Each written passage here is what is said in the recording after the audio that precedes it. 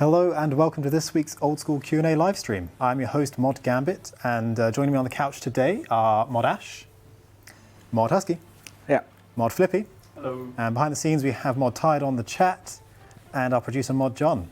Happy New Year's to everybody watching, and to everyone on the sofa as well, and behind the scenes. Happy New Year. I hope you guys had a good Christmas break and New Year's. I think, well, hopefully everyone here did as well. I mean, yeah, it was good to take a break. Wouldn't mind another one. Okay, so yeah. This is the monk boy, by the way. I'll kick things off with some player-generated content. That's always nice. We'll look at some art that you guys have made and I'm keen to share with you before moving on to the announcements. If our lovely producer can bring up the slides. So our first, let me find the titles of these. These are called Showing Off My New Best in Slot Shield in 2006, and the other one is called Runners. These are both by Albus Alfred on Reddit, so make sure to check him out. I love this art style, the little sort of short, cartoony versions of the player characters there. Quite nice. it's amazing. So yeah, I just want to share those with you guys. We've also got another piece of artwork, which I was a real fan of. Now the clicker works, there we go. This is a wallpaper by Sir Bliblob. It's exclamation mark wallpaper in the chat if you want the link to this to use it. I thought this was awesome. It's obviously a neon style Slayer helmet. Yeah, I was a big fan of this. I think it's in 1920 by 1080 if you're interested in using it. But yeah, I thought this was really cool. All right, so those are the two things I wanted to share with you guys to kick things off. In terms of announcements, you guys have asked us lots of questions. There's lots of things to go through, so I'll try to be succinct, but also not miss anything out. The first thing is you guys are repeatedly asking when our big updates of the year are going to happen. Sort of more precisely when, like. So. We don't have an exact roadmap to share with you guys just yet, but we're hoping to in the coming weeks. The first update that's happening is the Nightmare of Ashihama. That will be happening separately to the Mauritania expansion update, but that is expected soon. If you want exclusive details about that, I would encourage you to sign up to the email newsletter that we send out. The way to do that is to go to the account settings part of the website. And from there, it's email and communication preferences, I believe, to enable that. And we'll send you guys things like exclusive trailers, other sort of like bits of content that you wouldn't otherwise see, little tips and details that you might like to be included on. In terms of the other big updates, things like clans, Group Iron Man and whatnot, because Leagues 2 as well, hopefully, because they're in the scoping and sort of planning stage, it's not something that we can concretely give dates on just yet. Like I say, roadmap is hopefully going to be out either this month or next, but when we can share dates with you guys, we will. The Game Center login issue that some of you have experienced, so we're fully aware of this problem whereby if you create an account through Game Center on mobile, you then cannot access it on desktop yet. It can't be made into a full account. We know what the cause is, and I understand that a fix is expected very soon. It's been prioritized, so if you're experiencing this issue, hold on tight and we'll get it sorted. Right, moving on to the Twisted League then. There's quite a lot to say here.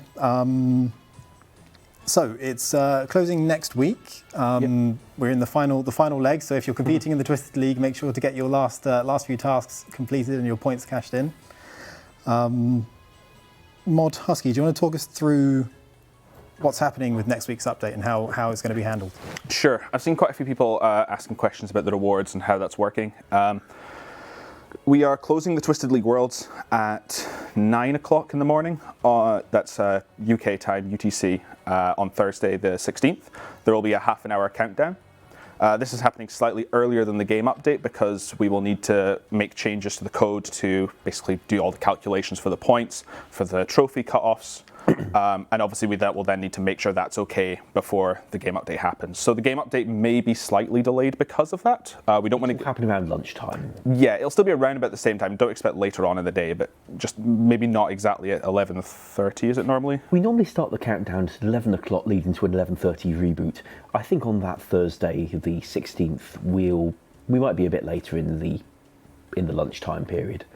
Yeah, but when the game update happens, so as normally, even if it's a bit later, the reward shop will open. He'll be on the League's tutor in Corrend on the Live Worlds, and you'll be able to spend all your League points there. I know one of the questions I have seen asked a bit, I'll put in here, is the tier 3 armors. You don't have to buy them in order. I've seen people say, like, do I need 13,500 for tier 3 or just it's just the 10,000? So you buy them individually. Pick the one you want. Yeah, so... know that, because if somebody did buy the tier 1 and then buy the tier 2 and wonder why they've now got 2 sets of armor, they might be a bit annoyed about their points. Yes, you don't upgrade it, it's just an individual item. But all the items will go in game then. So, yeah. All right.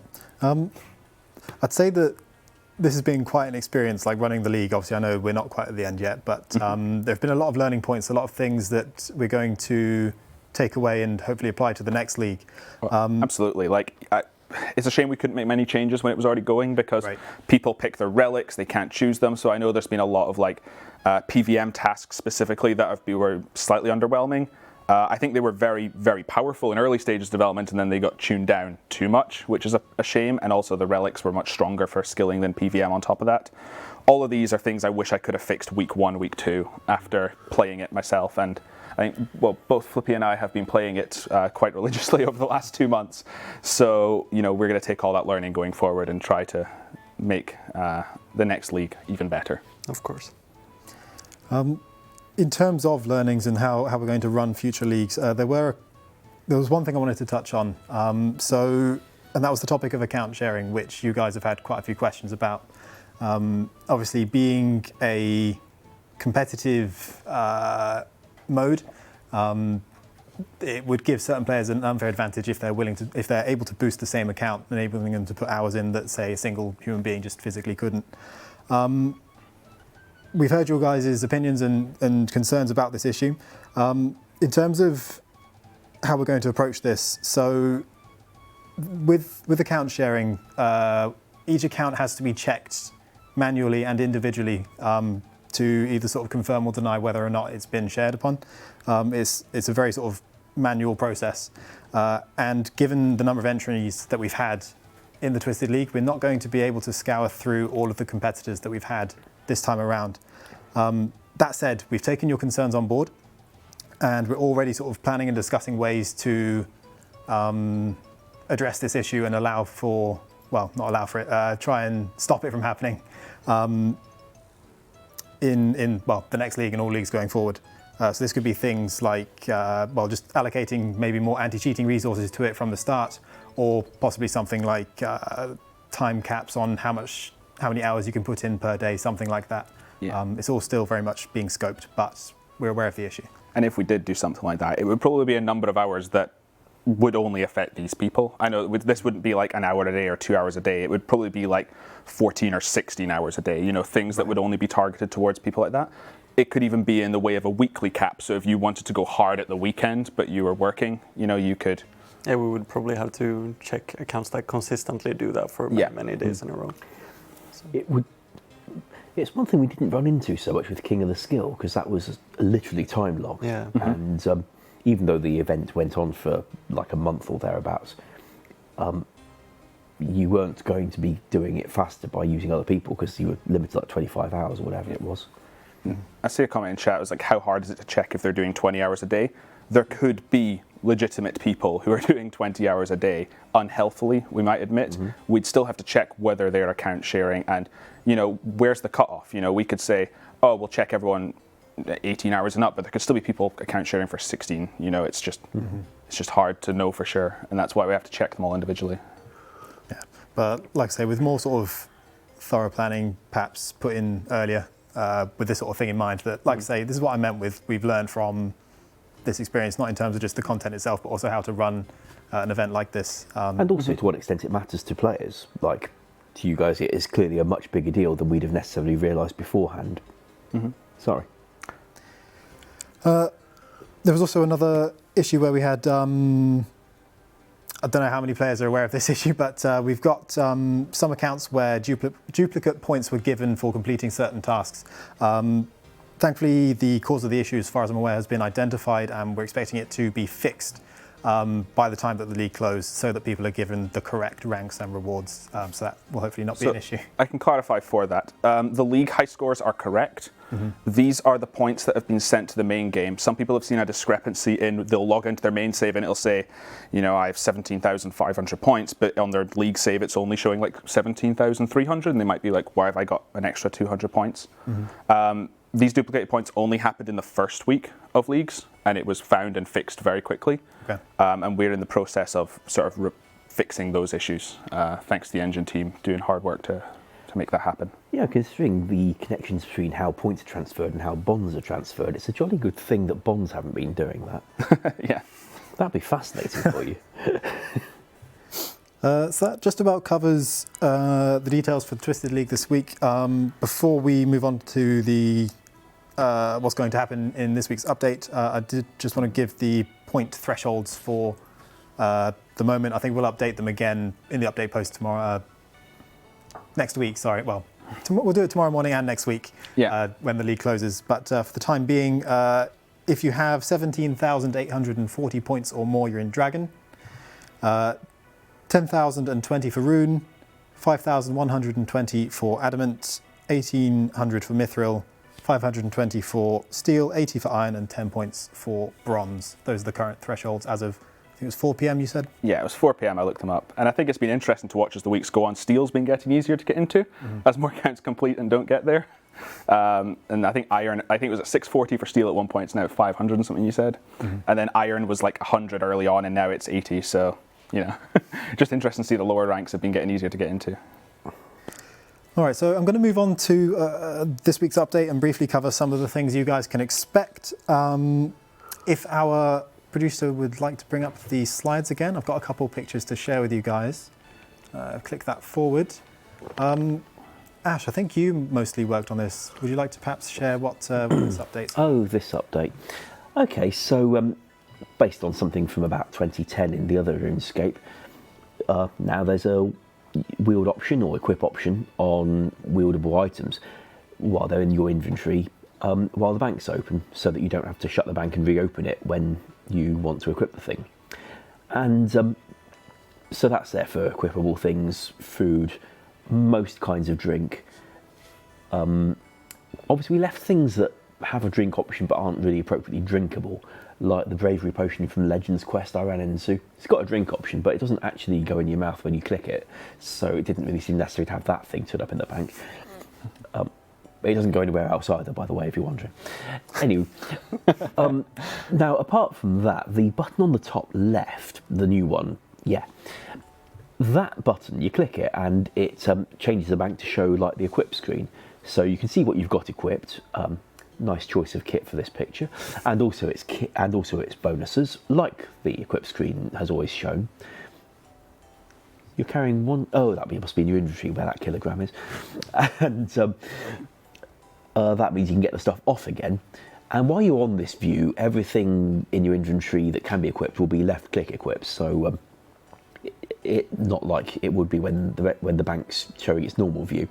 So you flip to this, you can equip things really quite conveniently. Obviously the wield requirements are still respected because we're not getting rid of that just by going through this other menu, but hopefully you'll find that of some use. Yes, and at the top of this picture, the bank settings menu, the toggle buttons in the middle of it, there's an extra one now showing inventory item options. This is on by default, and it's for all these right-click options, like for equipping wearable stuff, or eating food, or drinking liquids. And it also applies through the various, there's a dozen or so sacks and pouches that have right-click options in the bank. If that kind of thing's been annoying you, and if you don't want this update to happen with equipping items and eating food, you can hide those ops for yourself so that they won't get in your way for what you were doing normally.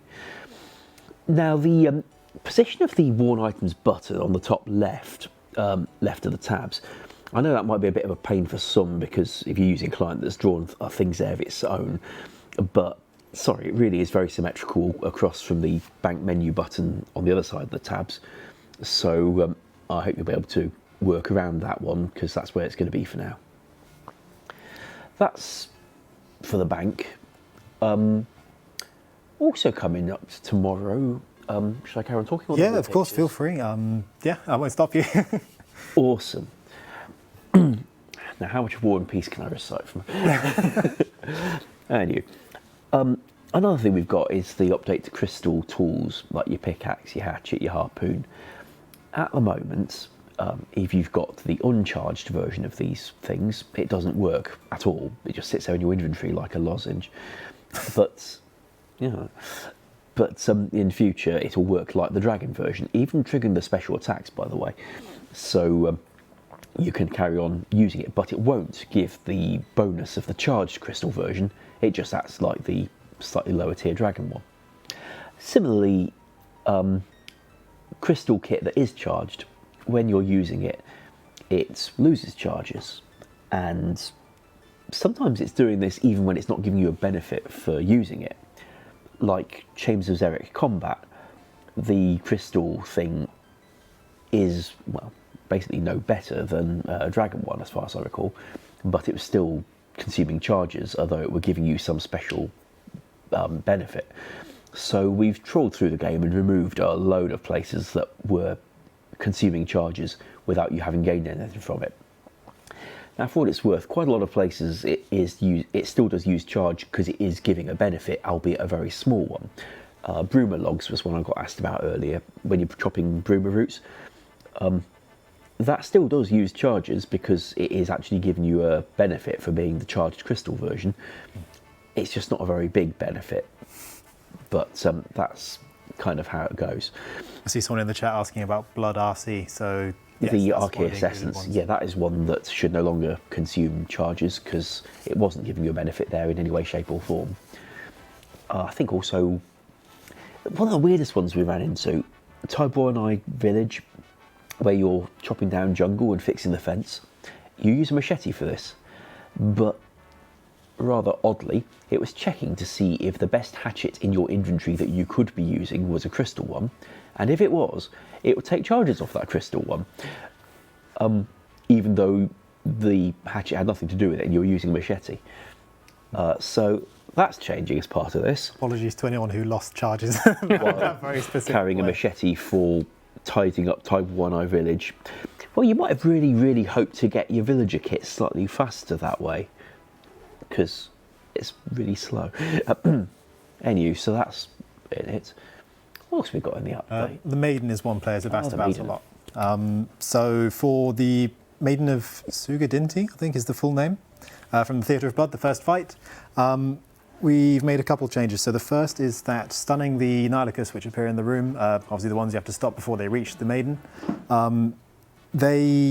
the stunning chance is now sort of scaling to magical accuracy with a guaranteed chance to stun at 140 bonus. This will also apply to bonuses like the Void, Mage Outfit, and your prayers.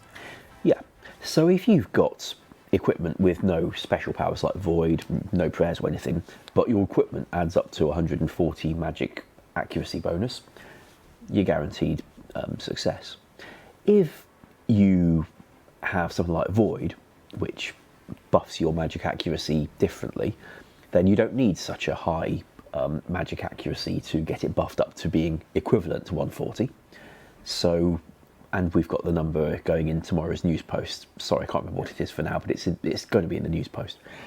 Similarly, if you've got Void and the Prayer, then those things work with your kit bonus, so you don't need such a high one again to get it buffed up to equivalent to 140. This is, I think, well, the most literal interpretation of the poll question that I think made sense. And it tick the box that players were asking about when we first polled it, saying make sure that things like Void are still worth having. I'm sure it'll still be worth having, but it still works for this. I mean, there's a nice point from Azure. They're saying Augury finally has a use. I know it's one of the more underused prayers, so actually implementations like this give it something more, which is nice. Yeah. And that's for the cap on the blood slugs. Yeah. This one from Mod Oasis, I think he calls himself. It's awkward for me. We don't use those names internally very often. Anyway, Oasis has been working on that one. I think by default the cap is 4 rather than its previous cap, but the cap will go up as far as 8 if you keep getting hit by the things.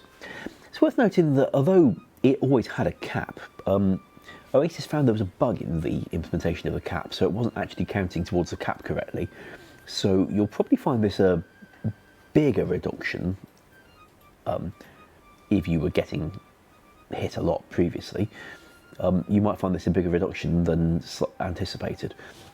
But anyway, it should be a bit more reliable now and a bit less RNG based. And I'm also right in saying we've made it so that if you avoid the Maiden's Blood Splat attack, you've now halved the chance of one spawning, whereas previously it was sounds about more right. likely. I think it's like if everyone avoids them. So like if one person will still get hit, the whole room is still punished, I believe. Okay. So all of you have to get good.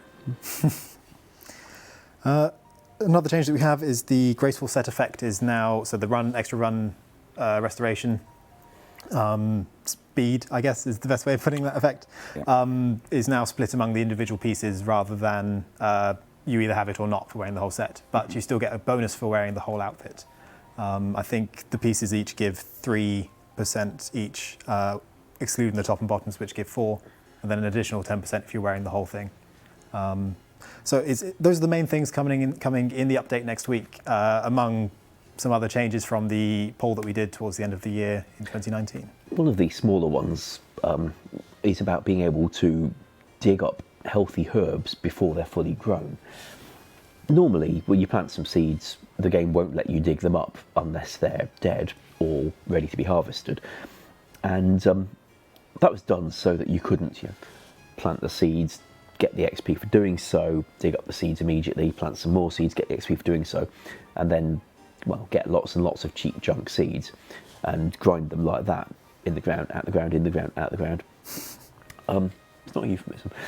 Anyway, so for herbs, it's kind of annoying that you can't, especially if you plant the wrong thing or something like that. So for what we've done is we let you dig up the seed, the herb seed, straight after planting it, or any time before it's fully grown if you want to. But the XP that you used to get at the moment of planting the seed is now given at the moment when you finish harvesting and the patch becomes empty again. So when you're harvesting, you normally see, XP drops of 12.5 whatever for a herb, and you'll still see that, but the final one will be a bigger XP drop or higher quantity because it also includes the XP for planting it in the first place. This does technically mean that we screw you out of some XP if you plant the thing and it dies. Right. Avoid that. Just don't die. Yeah, easy. Yeah. Yeah, hardcore herbs. I saw someone ask about the Jewel Arena step, and I believe that's going with next week's update as well. It is tomorrow, yes. Yep. So no more having to find someone just to do your hard clue. Yeah, I didn't move it very far. It's moving. Oh, well, get your sextant, you'll work it out. All right, I'm going to move on to the questions that you guys submitted to us. It's at Old School RuneScape in the chat as well. If you'd like Mod Tide to collect your question, I'll try and answer as many chat questions from you guys as I can at the end. I can see that he's already started collecting some of those. So our first question is, could the number of rooms in the player-owned house dungeon not be included in the cap of 33 rooms total? I think this player just wants a really elaborate house and dungeon. We're going to have a finite number of rooms in total, whether they be surface or dungeon, because we've got to allocate a known amount of memory for it. Right. It can't be infinitely expandable. And I don't know quite how much processing the game would have to do if you tried to render an infinitely large house anyway. So there's going to be some total cap, and it's going to have to apply to the dungeon in some form anyway. So no. While we might be able to increase the cap from 33 or whatever it currently is to a higher number, we're not going to be able to let you have infinite dungeon rooms. Okay. The next one is, could the Basilisk Knights be rebalanced? The changes made shortly after release left them rubbish to farm. Yeah, I think they definitely should be. They don't fit being like a level 60-ish creature for Slayer. Did I hear that the dev who works on that had some thoughts about doing so? Yes, I believe we are currently in discussions about what exactly we want to do, and we hope to share something with the players. I don't want to say soon because we say soon a lot, but in the near-ish future. We just don't have like an exact time frame, and obviously we don't want to. But yes, we are going to look at them and do something accordingly. Yeah. So I think it was Mod Ed who came up with quite a long list of changes that he'd like to make. I say he, changes that I think you guys have suggested a lot and that we've talked about internally as well. Not just to that content specifically, but other PVM content. I know Mod Curse also drew up a list of things he'd like to change. Yeah. There are also a bunch of balancing changes we'd like to make to equipment and various weapons, armor, that sort of thing. And we'd like to do death rework. Yep. So yeah, there's lots of things we'd like to do to, for you guys. You can expect comms on those soon-ish, yeah. It's unfortunately the best we can say, but yes, we're fully aware. Yeah, I hope to get the blog out about death before Christmas, but unfortunately other things arose around that time. I didn't get to sit down and write the thing. But it's something I hope to work on in the coming weeks. I mean, ultimately, we had a list of things early December we knew we wanted to do to look at and talk to the community about, but with everyone taking holidays and we had a bunch of people we wanted to be participating, it's kind of, we need to have that full discussion about exactly what we're doing. So that's why it's getting held up, but I'm sure the players will understand, but there are a lot of things that we're aware of. Yeah, it's safe to say you can expect more on that this year, at least, and probably in the first half. That'd be nice. I'm not going to commit to more than that at this time, but yes, we are aware of this stuff. We'd like to change it. What will the Nightmare of Ashiharma's drop table look like besides the uniques? It's currently undecided, actually. It's one of the next jobs that we need to do. Naturally, it's one of the last things that we kind of work on because we want to make sure that a lot of there's things like video team that need to see and record things and get things ready for a launch, so we need to make sure that the fight sort of looks and feels right, and we have a lot of we've had things like play testers come in and stuff, so we need to make sure that the mechanics functionally work. So the drop table is kind of just not even important until it goes live. I know that we're aware that it has a lot of strong uniques that should carry the weight of the drop table very well, so we don't really want it to have a very lucrative drop table, and we're kind of just, it's getting the balance right between not a lot of alchables but not a lot of supplies. I think one of the things that we might use as a benchmark is saying, what if you killed Court but the loot was split amongst everyone that was there? So it might not be a very big drop if you don't get a unique. But getting that value right is there, and we obviously want to be cautious because we've seen about Volcano and what happens when you give a lot of loot to a lot of people who participate on something that sort of respawns all in one place. So yeah, we can't exactly give specifics of what's on it as of yet, but we're probably not going to be very much on it. Other than maybe just barely covering your supplies if you're doing the fights right. I think that's kind of the gold standard set by the God Wars dungeon. I see a couple of people in chat mentioning that as well, where the average drop is just about probably covering your supplies, but you're not really making money unless it's a big ticket item. But that always feels good and it keeps you excited to play the content. I think if we could hit something similar with the Nightmare, that would be great. And it is going to be like a similar sort of point system for allocating the drops as well. So someone who does go in with maybe low hundreds, maybe got a whip, they're still going to get stuff, but obviously the people with higher gear are going to do it. Think like how Raids loot is distributed more, where the people who do more have a higher chance of getting something, but that still means that the lower level people have a chance. Do you know what I mean? It'll try and be spread out. And I think that's how the uniques are going to work as well. Okay.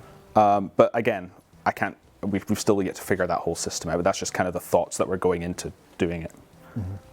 Only thing we know for sure is that people will go there to get the uniques, and we're not gonna pump in a bunch of items into the game for no reason. So yeah, sure. Will the option to pet the stray dog in Varrock be removed with the Christmas event? Nope, that stays. Yes. Okay, yeah. But the hat's coming off of it. You guys get to keep petting the dog. I suppose I'll ask actually the last question as well at the same time, which is when is the Christmas event ending? Makes sense to ask that too. Tomorrow morning at the update. So if you haven't done it yet, now is the time. Do it. Yeah. A bit more of a general question. What are each of you looking forward to this year, and what did you take away from 2019? I know it's very vague and very broad, but maybe something to think about. I think the update I'm most excited for is going to be Group Ironman, because it was, obviously being an Ironman myself, I'm very hyped about it. I've spoken to friends about it online, about groups that we want to do. I obviously announced and hyped it up at RuneFest. I feel very excited about it, so I'm excited to see what that's happening. As for learnings in 2019, obviously Leagues was a great success. We're going to look to do another one. We don't know when it's going to be released, but there's a lot of things that obviously I wish I'd done differently, whether it's relic design, task design, making more tasks that will reward you for doing something well as opposed to doing something repeatedly. So an example could be kill Sarachnis like 30 times without leaving her room, for example, right? As an example of a more interesting task that might be a bit harder, you've got to get your prayer flicks right. Maybe that's a case where Xeric's Resilience would be better, right? If it's about staying there for a long time. But things like that. And we've spoken a lot about like design for relics and stuff. Yep. Some of the relics themselves, I feel like if a relic exists, it should help you complete a task easier and better than its other choices. So there were some relics that just didn't do that. Xeric's Resilience being a good one, it changes your playstyle, but it doesn't help you get points faster. And every relic should help you get points faster.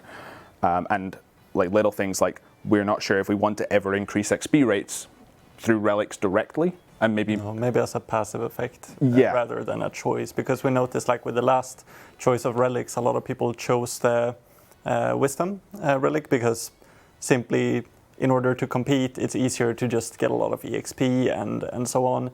And we don't feel it's fair that people will pick the fun relic over the good relic in that sense.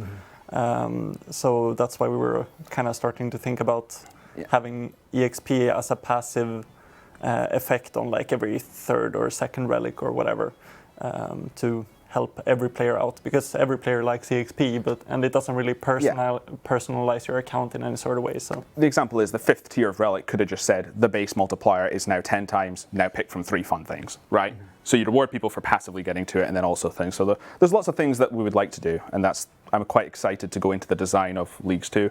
And obviously, we don't even know the rules for Leagues 2 yet, so some of these learnings might be more appropriate for a league beyond that as well. So. Okay. Anything you'd like to share, Ash or Fliffy? I want to do death. Monkas. No, I mean, I've been here for like 5 months now, I think. So obviously it's only been like half a year for me, but I think honestly jumping from training Halloween event onto Leagues was a real learning experience, and it's nice getting to work with such like a massive project that is also quite different from what we've been doing previously in Old School. So that was great. Cool. I'll move on to the next suggestion we have then, which is with the cost of Revenant Ether being very high and items like Vigora's Chainmace and Themeron's Scepter being very cheap, what do you guys think about giving them a convert option that would break them down into high amounts of Ether, similar to sort of your Zulrah items? Are there any of the uniques that are worth... Well, I guess we don't know because we don't know how much Ether they break down to. It's a stupid question. I guess if there were ones that were particularly cheap, it would be a good anchor for them. Like I think that's a general good thing about the Zulrah uniques, is even if you get a SERP helmet that's not used, it has a price associated. We can talk about it. Like I say, we had a meeting where we were looking at changes we'd like to make in balancing. I can certainly raise that as a point to consider. I do like that sort of method of keeping items, like I say, it provides an anchor, because if the item's use is not enough, then people are going to convert it more, but then there are fewer of the item, it becomes rarer. I think those items are probably still underused for reasons besides their value. I think if we do give them that option, most players will just automatically convert them, so there are possibly other changes that need to be made for those, but this is probably a step in the right direction. It's just a good cyclical way of keeping items relevant. Yep. Could the Earth Warriors task be removed from Vanica's Slayer task table? Only Cristelia should offer wilderness-only tasks. That's the proposition.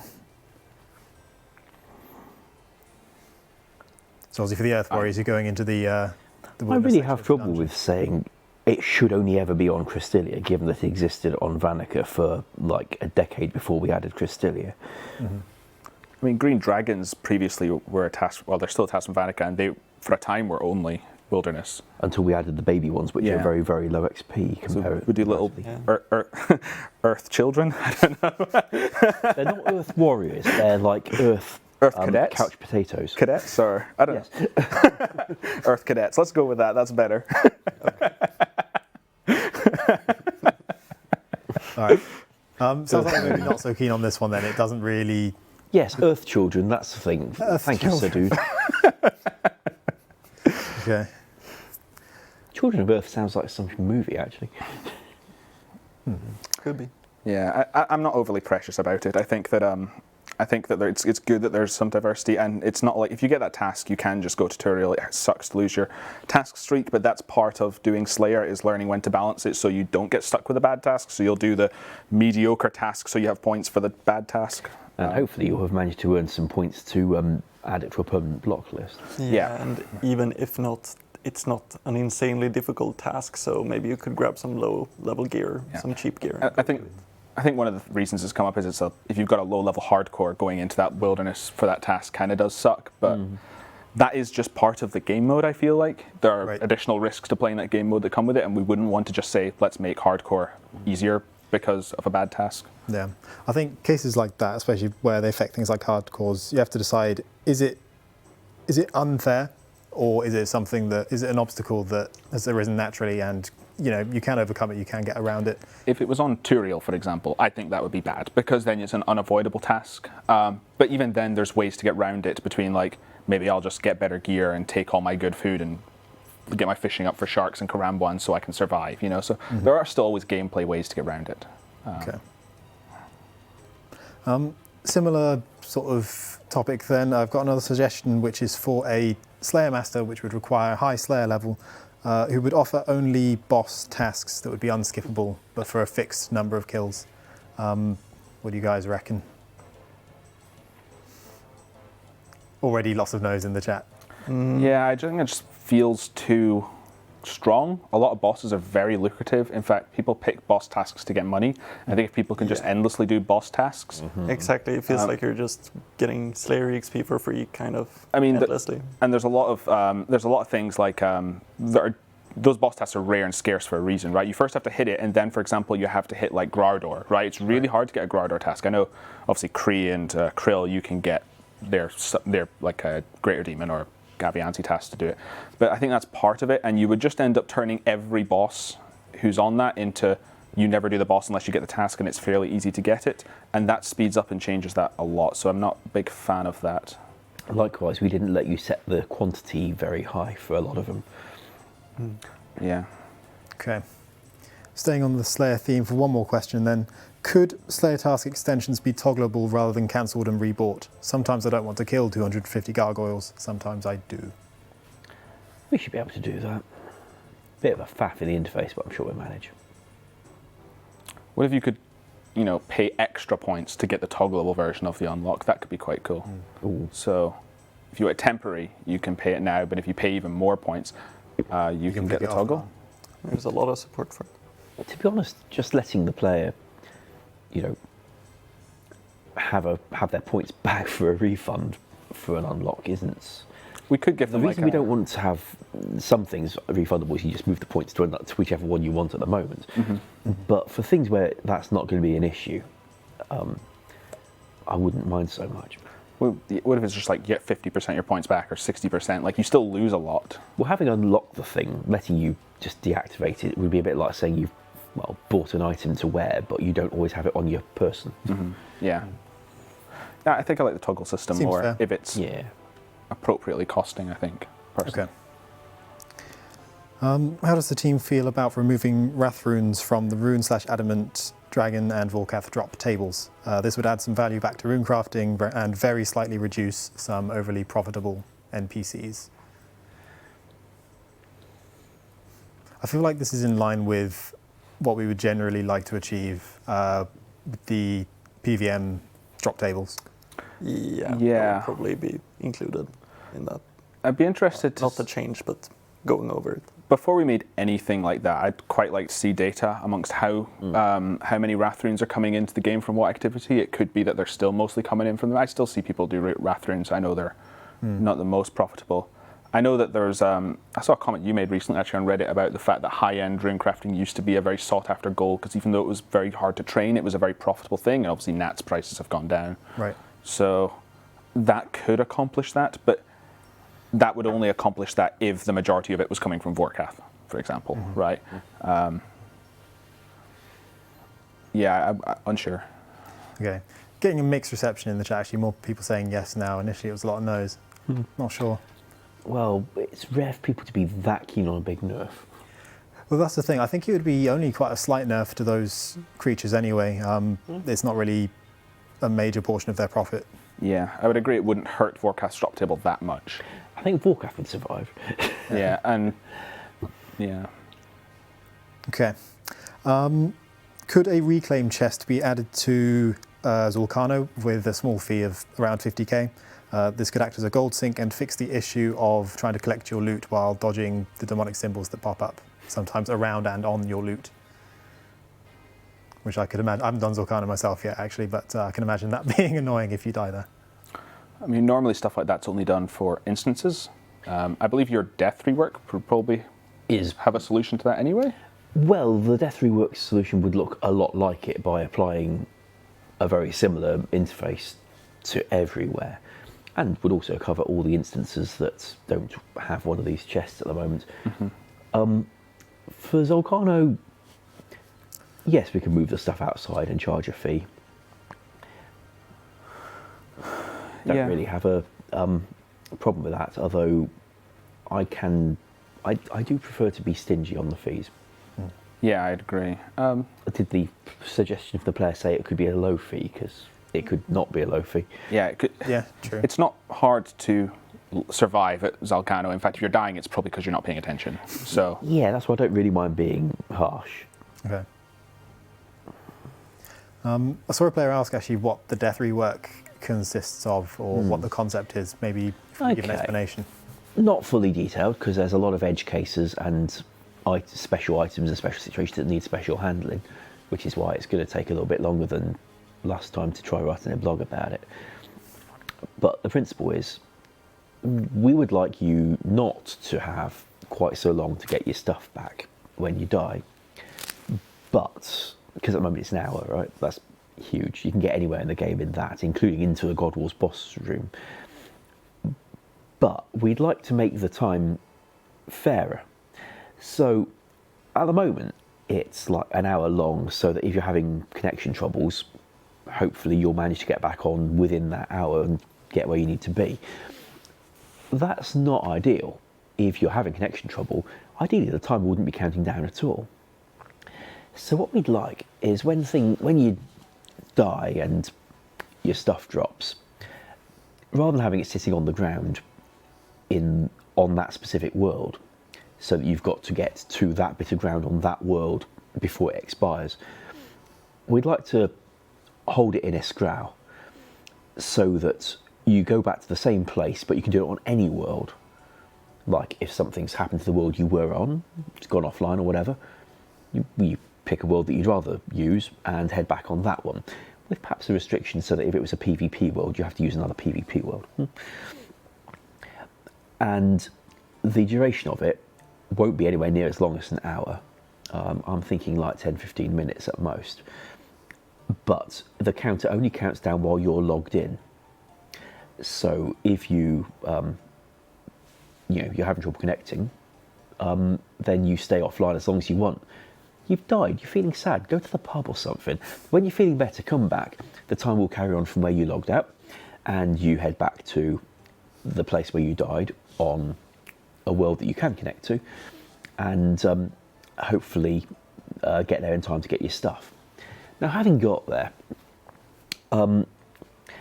we'd like to have some incentive not to bring your best kit every time, because at the moment, you know, when you're so likely to get things back because we gave you a whole hour, you may as well bring your best stuff every time.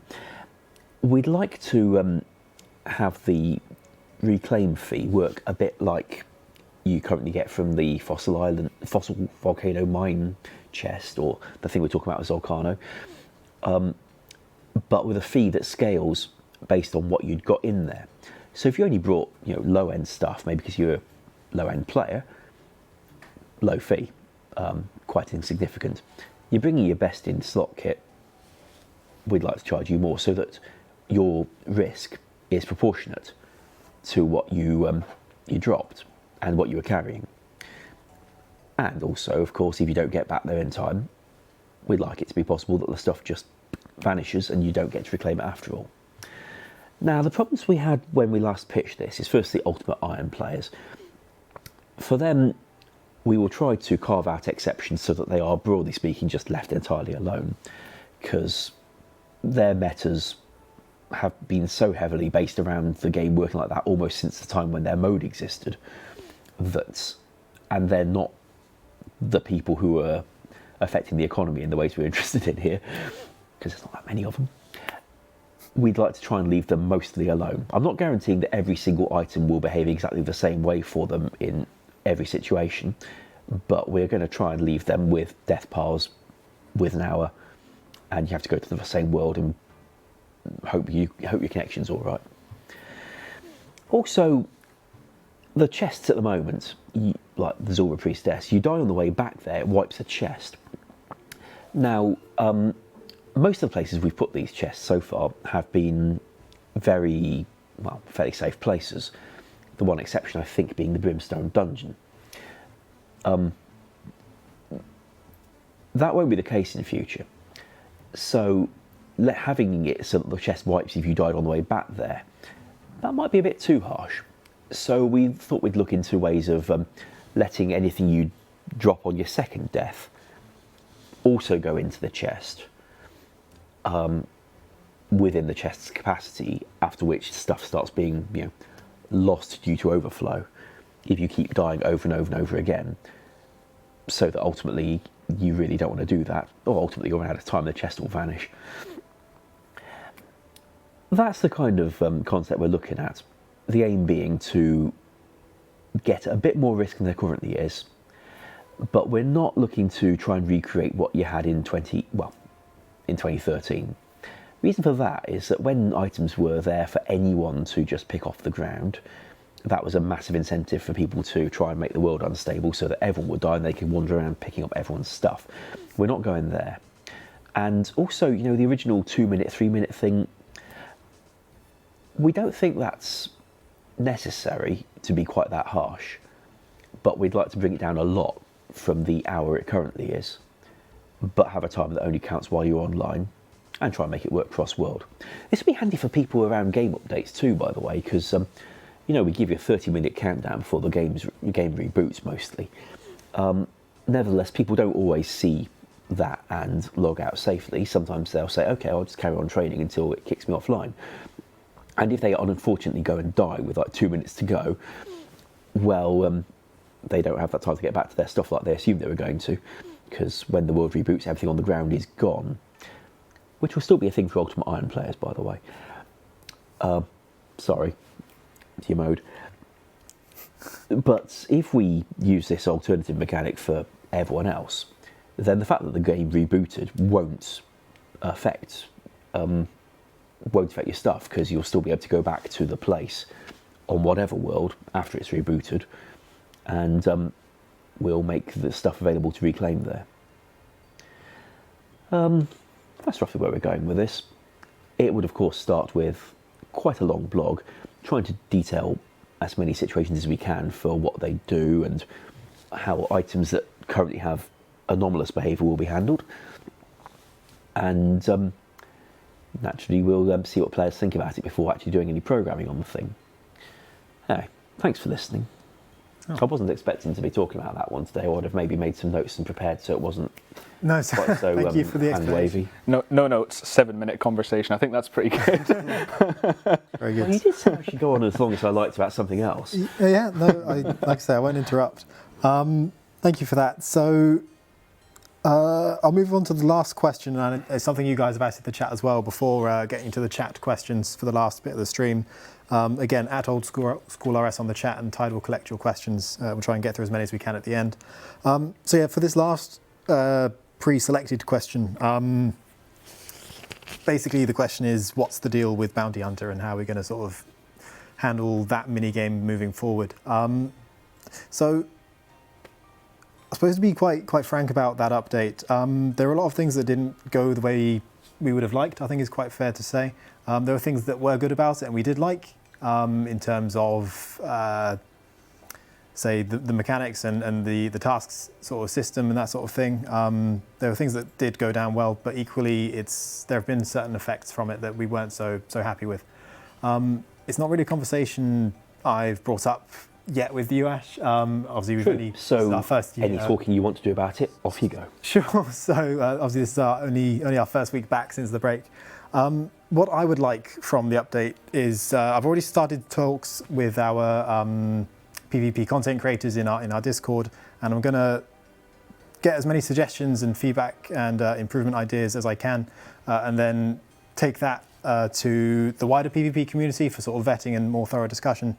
And ideally, I'd like to run a couple of opinion polls on how we can improve the minigame further. And I guess the ultimate goal, there's no timeline or roadmap for this set out just yet. Obviously, those conversations are yet to happen.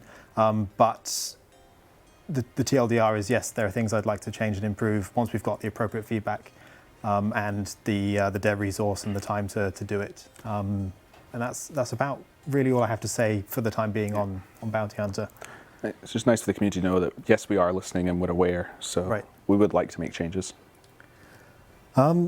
So to move on to the chat questions you guys have sent in then. So the first is a suggestion from Trevor, and he asks if we could add a control click walk feature that is similar to the current control click run feature. I don't know if that's possible or not. If the engine team made some changes, yes. Okay. Young339 asks if we would ever consider adding a challenge mode for the Theatre of Blood, something like no access to the supply chest or etc. That could be a very interesting challenge, actually. Mm-hmm. I haven't heard any plans. I'd like to hear whatever Mod Kieran's opinions are on it, to be honest. I know it was content that... I know he's been thinking about this. I don't know if he's wanting to do it or if he's got a reason for not doing it. I think it'd be quite interesting. I know that it would be an update that would only appeal to a very small amount of high-level PVMers. But the number of players who can reliably complete the theatre is considerably lower than the number who can get through the Chambers of Xeric. yeah, So where Chambers of Xeric had, well, quite a large community to give the elite ones a higher challenge, Theatre of Blood doesn't have that, so it would be an extremely niche update if we did it.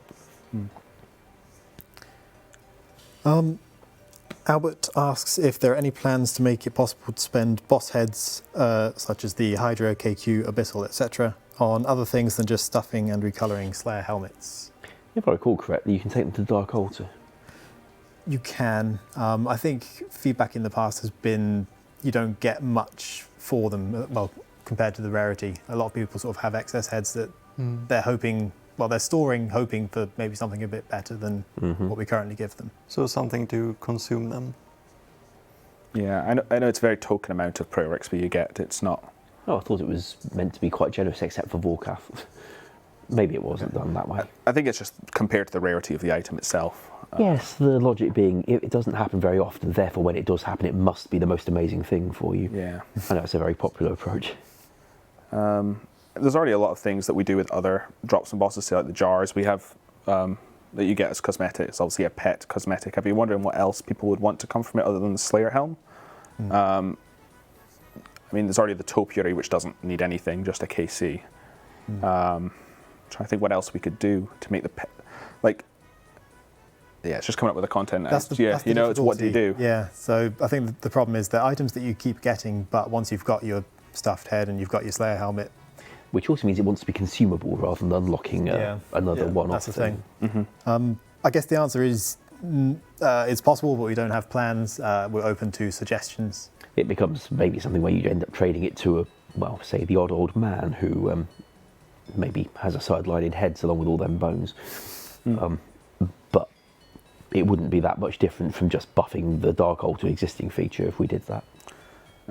I see a suggestion about a pet role, and I just really don't like that idea. I think that making the pets more common is just not a good thing for the game. I think the pets are prestigious in their own way, and I don't think we should change that. Even if it was much rarer, it would make more pets coming into the game, and I don't think that needs to be done. If we wanted more pets to come into the game, we would make them drop more often. Okay. Just like beginner clues, would you ever consider beginner diaries for free-to-play? That's from China Chicken. I guess. I mean, not anytime soon, probably, but. I always like the idea of making some of the easier Lumbridge diaries and stuff available. I'm not sure if they're all completable free-to-play, but maybe some of the. I think that would be quite cool. In RS3, the Lumbridge diaries lower tier was made completable in free-to-play. I don't think we stuck to that, or at least we didn't aim to stick to that at the time. Partly because we didn't really have free-to-play until around the same time Diaries came out. With some changes, I expect we could make it the case. I don't mind adding them to some form of diary to free-to-play. It's a very good, structured way of getting goals when you don't know what to do. You can kind of direct people to quests or diaries, and it's a nice way to give yourself sort of arbitrary goals and get into the game, and I think maybe that might help more players get into the game. Certainly diaries were always intended as a way to, originally they were intended as a way to make you experience all the things that exist in an area. So if there's an anvil in an area, you go and use it, then you'll know it's there. If there's a fishing spot in the area, make you fish something there, then you'll know it's there. It was just a matter of show that all the things you could do in the area, you'd done them. Now, some of the tasks designs didn't work so well for that, like mix the potion while standing on top of the building. Not really appropriate, that one, because you could have just done that anywhere else, like in a bank, like everyone else. But the ones that do take you around the area as a sort of tour, the ones kind of thing that Husky's describing, I do like those. Yeah, I think we are still kind of analysing what is happening to new players when they join, when they tend to quit or get stuck or, having any sort of trouble. And I guess the best way for us to think about the next steps there is to just look at, where do we have problems and what can we do to improve that? And if that were something that could potentially help us in that, then yeah, probably. But yeah, I know that the adventure path system that we put out for the combat path, I believe there are plans to look at other paths, things that will, say, promote people doing skilling activities or quests to get them into the game, because our game is very sort of rough around the edges when you start. It's a big open world with literally no direction, which is great, like people who love to explore, but some people just go, oh, I don't know what to do, I'm going to quit. Especially I'd say we've now got maybe more mature audience than the younger players who just liked the exploration, and just giving people a general direction to say, oh, by the way, did you know there's a grand exchange in Varrock where you can now look up items and buy things? That's something you don't present to players until they just find it or someone tells them.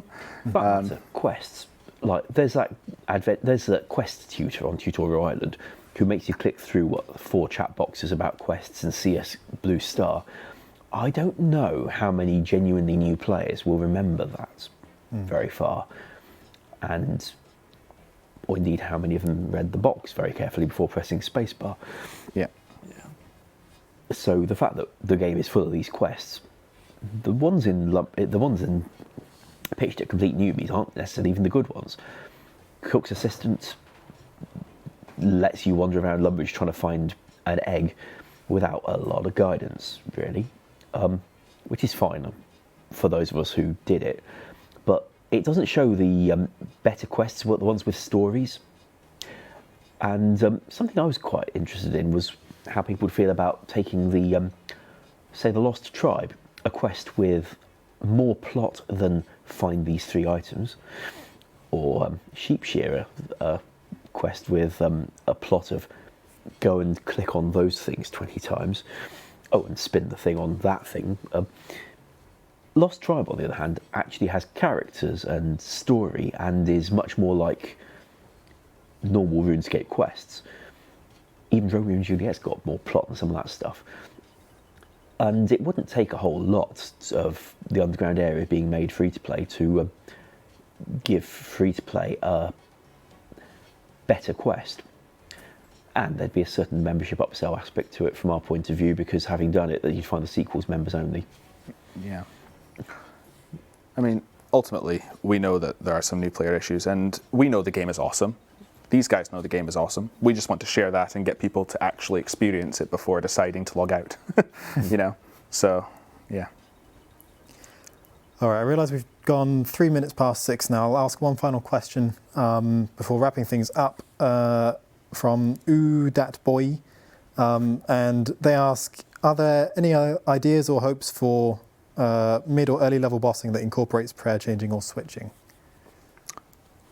Seracnus was kind of supposed to go into that. I remember when I was originally designing Seracnus, I was looking at what are the key things that sort of are involved in PVM, right? One is changing attack styles, and one is changing your prayers. Those are most of the mechanics in our game are based around that, right? Yep. And I was like, what's the most important one to teach them? Probably the idea of changing your prayers and reading boss movements and stuff. So that was why she's very predictable about always ranging you from a distance, always mailing you up close. Mm-hmm. And then she purposely has a mechanic where she gets far away from you so that she will do a range attack and force you to do that. Also, the idea of the spawns doing different types of damage and stuff kind of gets with that. So we could have more bosses at lower level that kind of do the same, which I'd quite like. I also recall that before we agreed on Seracnus, because we'd already got a blog out from the previous year promising a Chaos dungeon with a spider boss in it, you were giving some serious thoughts to another of the giant bosses. I think the frost one? Or was it a fire? It was the ice one. I remember early on when I was in my training, it was, you need to move on to the next training exercise, but there's no, I think Maz at the time was busy with other stuff. Go look at the ice giant boss and make a design. It was good practice to get me thinking about what mechanics I would do. And I remember talking about like a sliding floor boss and so you walk and it would slide you to the end of the pillar and stuff. Oh, good lord. Like fighting, and you'd have to try and do stuff like that. Like falling snow to create more blockages would be quite cool. But I remember seeing while I was looking up what already existed for that, there was a concept for like a ice and fire sort of. You fight, like we do both those bosses at the same time, and they're like a combined fight, like to culminate that series, which I thought was quite cool. So yeah, I think there is scope to do that. It's just sort of when. Oh, indeed. We are not short of player requests. Yeah. All right. Well, I'm going to thank everyone on the sofa then for joining me, and for you guys for watching. I hope you guys enjoyed the stream. If you missed the beginning, we showed off some player-generated art, including a wallpaper, exclamation mark wallpaper, if you want to see the Neon Slayer helmet and use it. That was by Sir Bliblob. We also went over the Game Center login issue, which is expected to be fixed soon. We also discussed the Twisted League closing next week, gave the current point thresholds. We'll remind you of those again tomorrow in the update post, and touched on a couple of other issues as well as going over the update. So that, just about wraps things up. Thank you again very much for watching. We'll see you guys in the next one. Take care for now.